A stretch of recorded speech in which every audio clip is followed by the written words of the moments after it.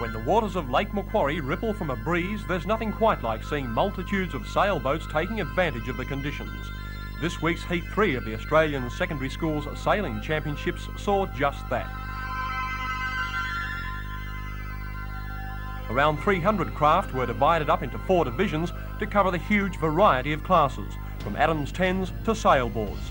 The future of Australian sailing looks indeed secure, judging by the performances from the youngsters, boys and girls, this week on Lake Macquarie.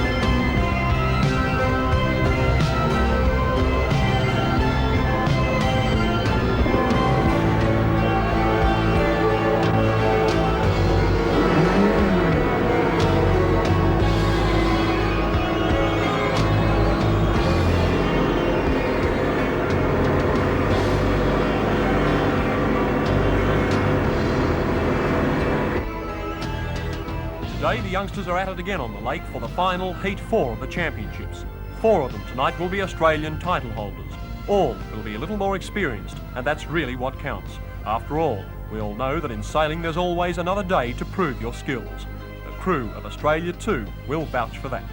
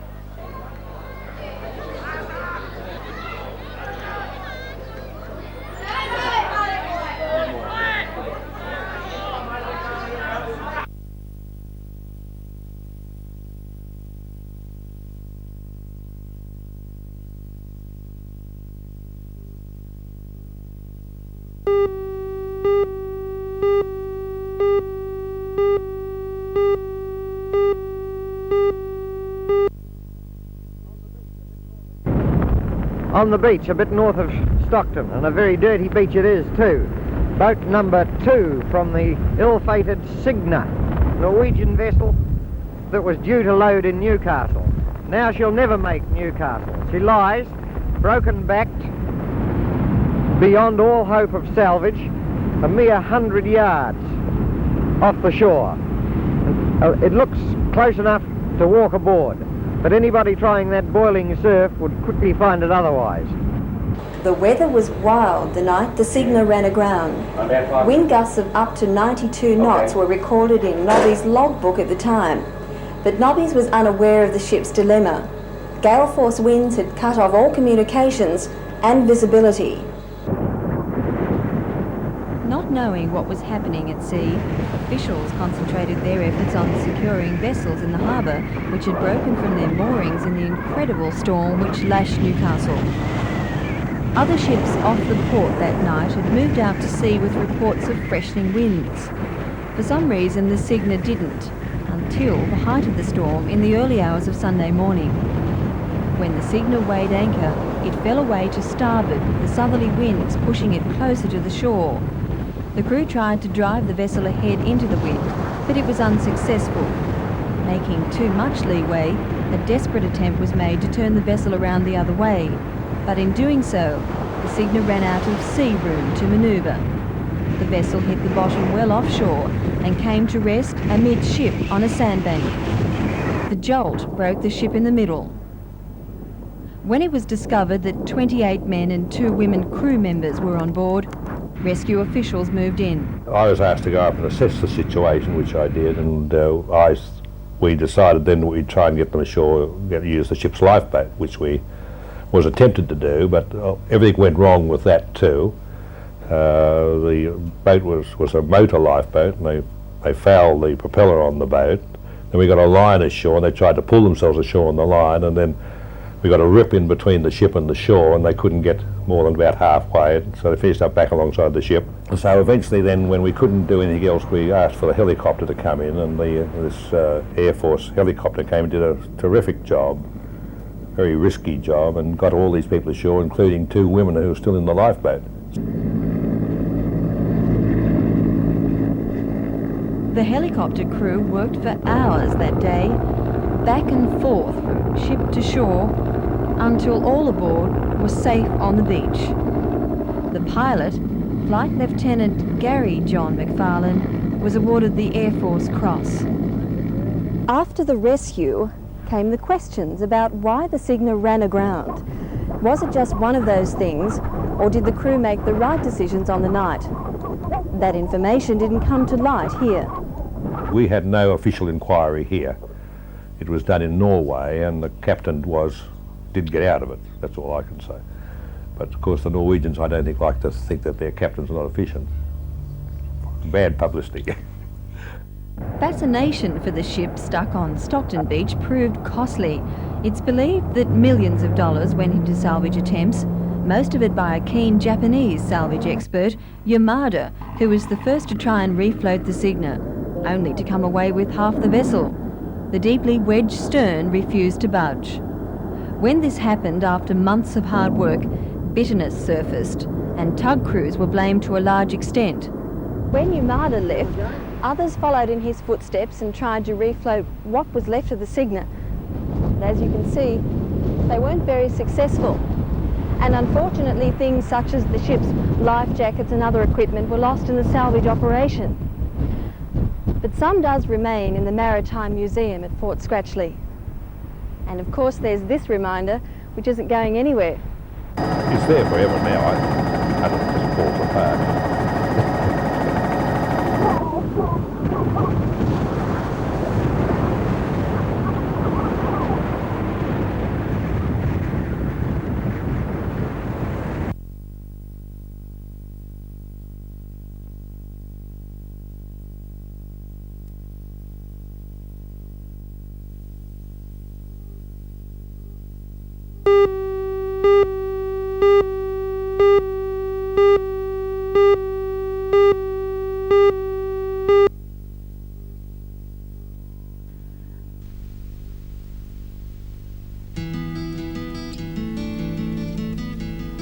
Mike Nicholas, a Queensland artist who is an authority on the conservation of bird life, continues to draw inspiration from the subject in his second exhibition in Newcastle.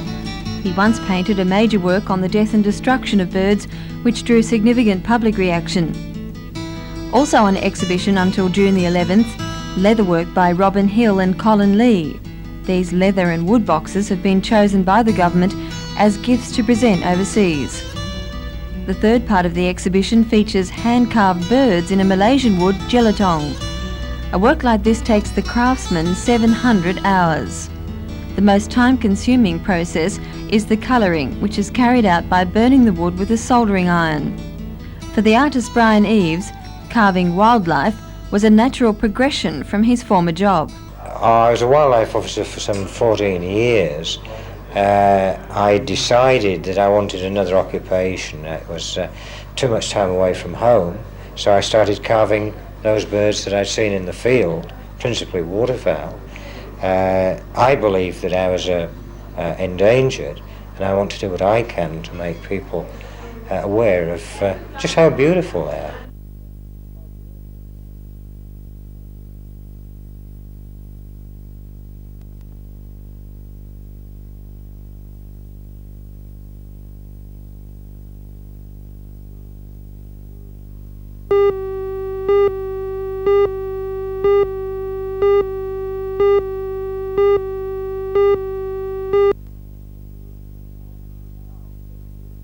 Mrs. Child flew into Newcastle this evening and was given a civic reception by the Deputy Lord Mayor, Alderman Don Geddes.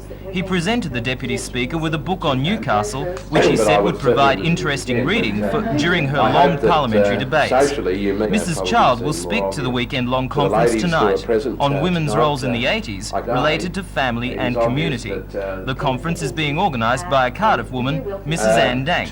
She says Toastmistress Club members aim at self-development and that communication is the key. I think our biggest commitment within our organisation is to try and improve communication. Part of our motto is to achieve greater understanding throughout the world, and I think we do this by training people to communicate and to listen to other people's communication.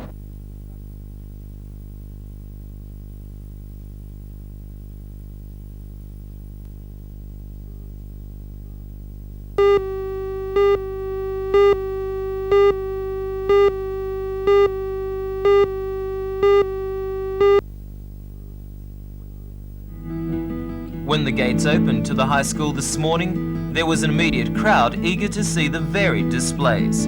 The organiser, Newcastle Central Lions Club, is donating gate takings to the New South Wales and ACT Healthcare Foundation at the Newcastle Youth Service. Model trains are the major attraction, particularly with children. There are several elaborate N-gauge displays, including this fully automatic example owned by Mr. Wal Corbin from Blacktown. He is one of the few out-of-town exhibitors. The majority are local enthusiasts.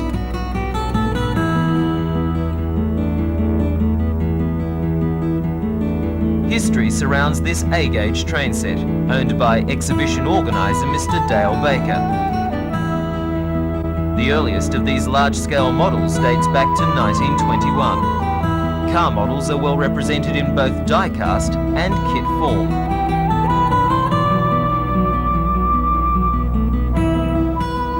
These British Mammoth steam engines are also models, but have intricate working parts. Also intricate are these ships by Swansea modeller Jeff Lawrence. While models hold the limelight at the exhibition, visitors will be able to see a number of crafts and the occasional antique surprise.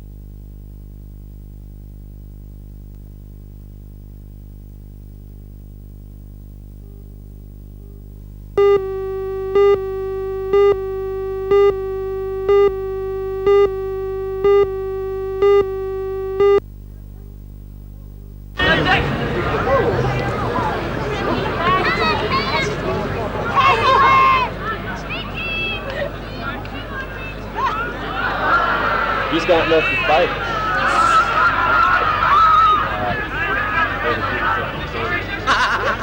I went down there really serious.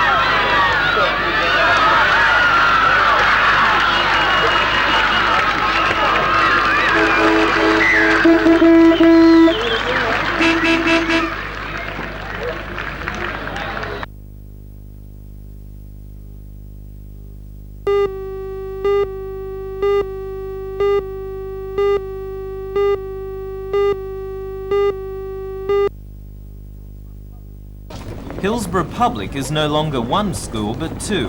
Because of falling student numbers, the Department of Education found the school in the unusual situation of having classrooms to spare. A reorganisation emptied the infant section and the classrooms became the new location for the Glendon Special School for the mentally handicapped. Moving the special school from Glendale allows the department to pursue a policy of integration with regular students, something which until now has only been tried in Coffs Harbour. $80,000 has been spent adapting the buildings. Child-proof fencing, wheelchair ramps and special bathing and toilet facilities have been installed. In these rooms, 26 students aged between 4 and 19 are taught communication and motor skills. 10 years ago, many of these profoundly handicapped children would not have received any education at all. Now they will take their place in the common playground and eventually the classroom with regular students. That integration will be slow and measured, based on the lessons learnt by the department at Coffs Harbour. The principal of Glendon Special School, Mr. Michael Halbert, said there was some resistance to the integration caused by fear. Initially the resistance was twofold. Firstly from the parents at Glendon Crescent, who felt as though they were giving up more than they were getting. They felt as though they had a very nice little school at Glendale and they were being relocated to a unit which probably didn't have the same facilities. The Hillsborough parents were a little bit afraid.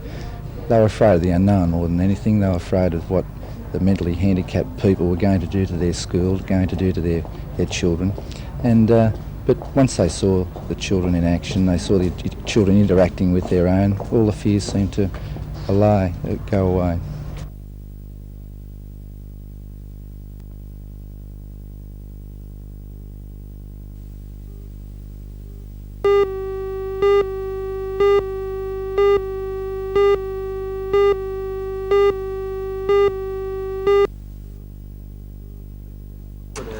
This is the portable computer terminal which will replace the old book method of recording readings.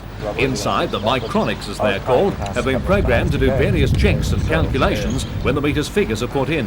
The board says the time spent at each meter is reduced and automatic queries from the device will often eliminate the need for a return trip to check a reading. The board's data processing manager, Mr. Don Audette, studied the system in the United States before beginning the job of adapting it to our situation. As you can imagine, it's very easy for a meter reader to make a mistake. The terminal checks what the meter reader inputs to it and really checks it against reasonability parameters that we've fed into it and comes back, indicates whether it's reasonable or not, or whether the meter reader should take another reading, check the condition of the property, advise the owner that they may be using more water than they're aware of. The other advantage is that we can take the meter reading and put it straight into our computer, where previously it had to go through some sort of key input process. This means that we can get the meter account out faster, which improves our cash flow, but it also means that the consumer is aware a lot earlier of what his charges are likely to be, and he can check for himself that the meter reading that we've taken is the correct one for his property.